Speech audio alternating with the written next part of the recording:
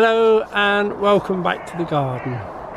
Bit overcast today, we had some rain this morning, but it's quite mild and there's a little bit of wind on, so it will dry out. Now we're going to start today by removing the tops of the raspberries. Now these are Malling Juno, and that means they're a floricane, which means that these grew up last year and they will fruit early in the year, where the other ones are just coming up the ground, out of the ground, because when they finish, remember we cut them off, or these you don't. But we tied the tops down to stop them flopping about in the winter, and now's that time of year when, if I can get my secateurs out, we cut these tops off to a node obviously, and then all your fruit will be bore on new spurs down the stem rather than here. Now last year, for some unknown reason, I missed it, and all the fruit was mainly at the top with just a bedraggled bit at the bottom, which is not quite right, so we'll do it properly this year. Just a case of releasing them from, we tied them in with jute string, and you see all those there, well, we'll have those, but what we'll do when we're finished, we'll not waste these, we'll take them back and I'll put a little trench in the back there with some sand in, and we'll push those in and they'll grow up for next year now in the spring. Then we'll have all new plants, because I think these are getting a bit old now and they're tending to send more shoots out of the main run, so it's probably time we had a new run.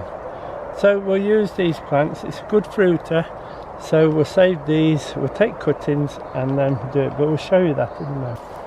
This is only a short one, look, so I can take it off there. But you still need to come along afterwards and just tie them in again, keep them tidy.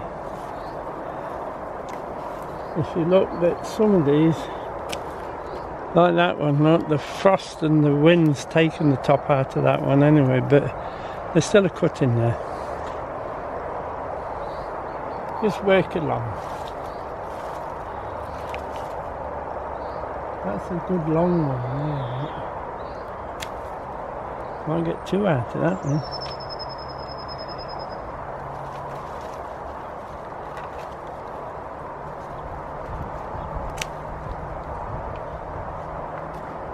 I'll also feed them with a bit of fish blood and bone. Next week probably I'll come and do it when a little more time, and they're growing faster then and they'll need it more. They are putting fruit buds on down here, so, but we need more. Just check for aphid, and then if they want a bit of soap on them, we can wash those aphid off. This one, look, we'll just stop that and tie it in. Continue along. There, I think. You see how that one's come out, look, so that I want tying back in.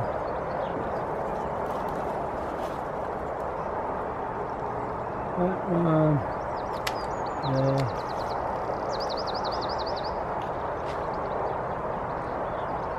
I'll just put that one in there for a moment, and then I'll tie that.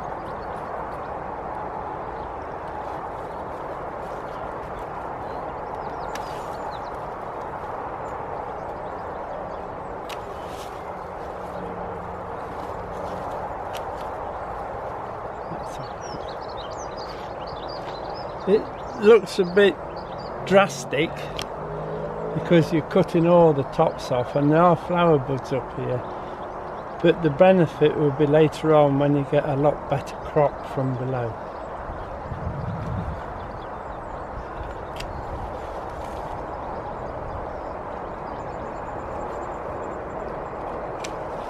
And I think that's it. Right, we'll put them just here. Now, this is that cherry tree we planted last year. That's not going to do much this year, so it's going to be down there out the way. I'm just going to cut a bit of a trench. Don't want much of one, just what, three spade lengths, but it must be a good depth and be clear at the bottom. With it being a bit wet, it's sticking a little to the spade, but it'll be alright. Clayey old land just here, and if it just give it a bottom,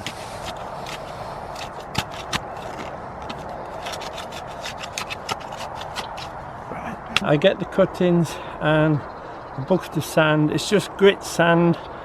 It's nothing special, but it's river sand, so it ain't got salt in it. That's always watch out for that. Right, I should just put the sand in the bottom.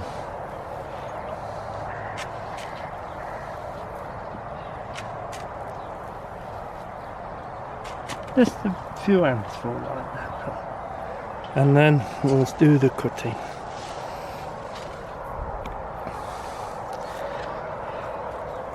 So that's a nice piece. So if we cut just above that break there, look like that, I should just let that drop then.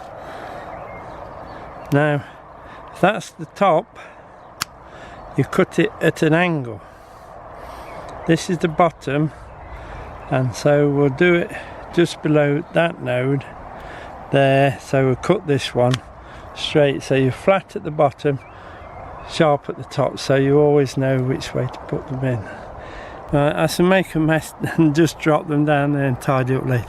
I'm just going to cut these shoots off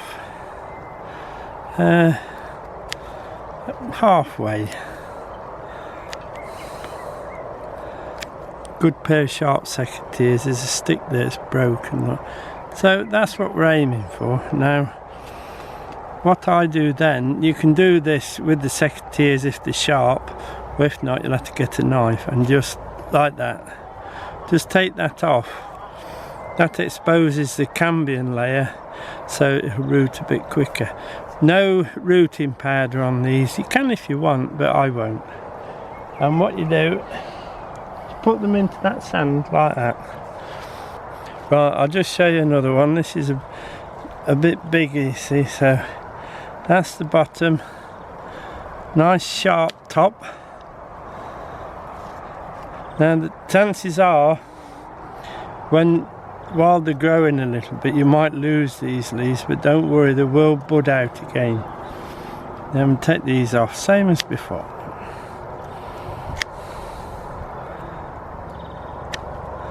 And I'm going to take that one as well, because there seems an awful lot on there. Look, let's whip those tops off.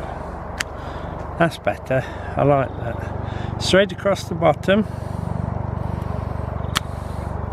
and then turn away from the node, so the node's on that side, the opposite side, and just take a snip off it to expose that cambium, and that's it. And just pop them in.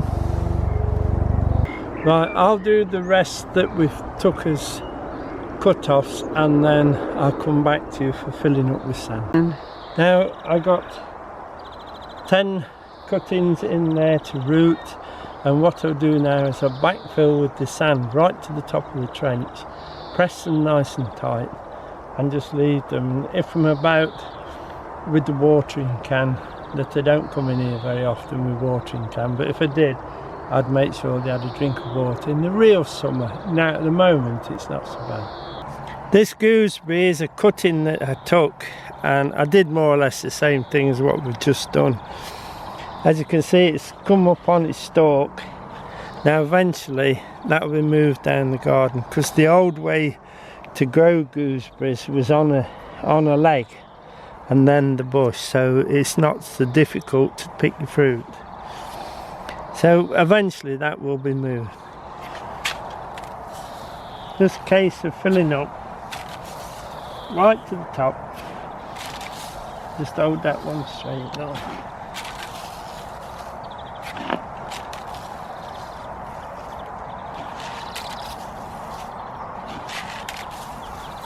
And just to make sure the settle, just wiggle each one, and then we'll put some sand on the other side as we go.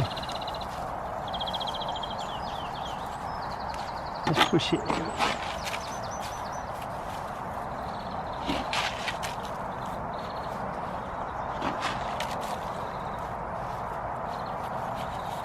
That's those in with the sand around them.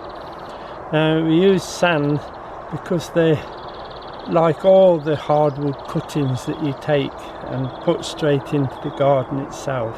If you use sand, they root a lot quicker, and also when you come to lift them, they're easier to lift because the sand sort of gives way and the roots come out.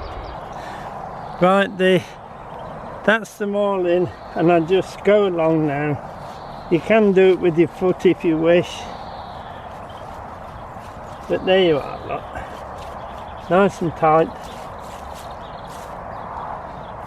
You can label them if you want, but by doing them this side, and then if I take any cuttings from the later ones, I'll do them over that side, so it's where they are, we'll say what they are. Now you can see the problem with these, look, where they're all shooting across the garden. They keep pushing out now because I believe the old root's getting a bit tired, so it's sending out side shoots. So these, I shall leave them, dig them up and pot them in some soil, and then these will be added to these, and we shall have a good row of raspberries. That's a few raspberries for a bucket of sand. So that's not bad going, and I know they're good raspberries because we crop them each year. Malling Juno, and now I've increased it by 10, hopefully. Another thing we start to think about this, we'll have to order the pheromones for the raspberry beetle trap. I've left this out to remind me, to remind you, to remind me to do it. It's one of those things, think, oh, the raspberries are coming, I need the raspberry trap up for the beetle, and then you have to start going about sorting out where they are, getting deliveries or fetching them. So this year we're going to be ready. Now while we're in the fruit cage, as you can see, the peas are all coming up.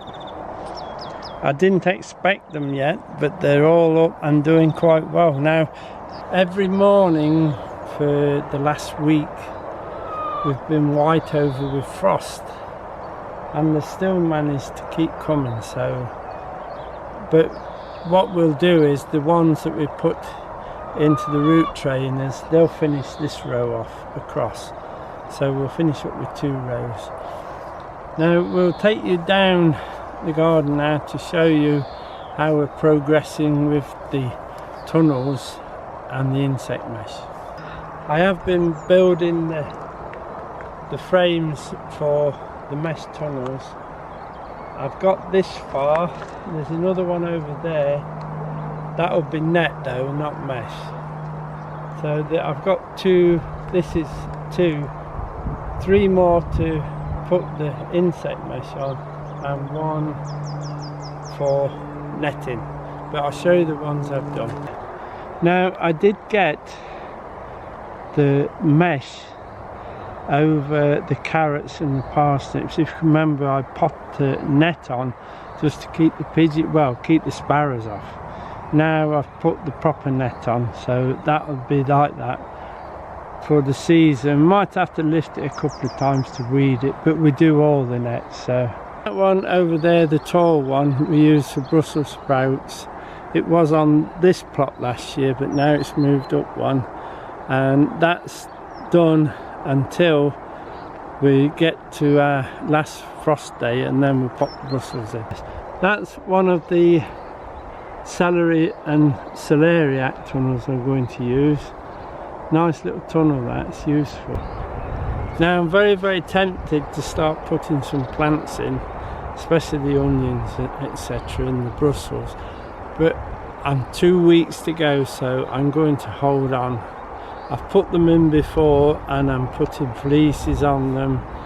So all the plants are in this cold frame here. They've all been hardened up. As you can see, they're all coming up nicely. There is no frost protection in here at all, except for a double fleece, which is enough to keep some of the frost off. But the beans are germinating. Everything's ready. They're the Brussels sprouts there, hardened up. You can see the harden with the red tinge to the leaves. That's where the frost is blown through a little bit.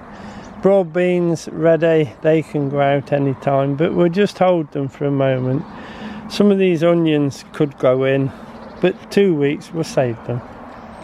The peas that are here are the ones that will join those in the fruit cage to make those two lines up.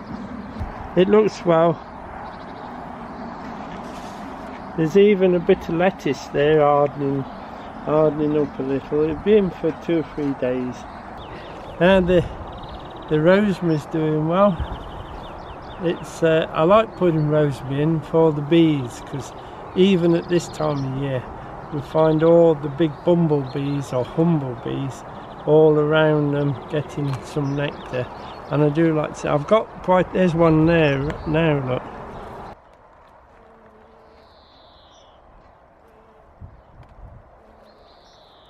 I actually got several of these, as you can see, around the garden, and then I keep one for Diane that she uses for cooking, etc. That's up at the top, and we keep that one clipped down nicely, so she's got lots of new shoots on. Now that'll be it for this week. We're all ready and anticipating the last frost day, so we can suddenly plant the whole garden up. Then it gets exciting then, looking after it and worrying about late frost then, but we'll worry about that as and when. Take care everyone, and we'll see you very soon. Bye now.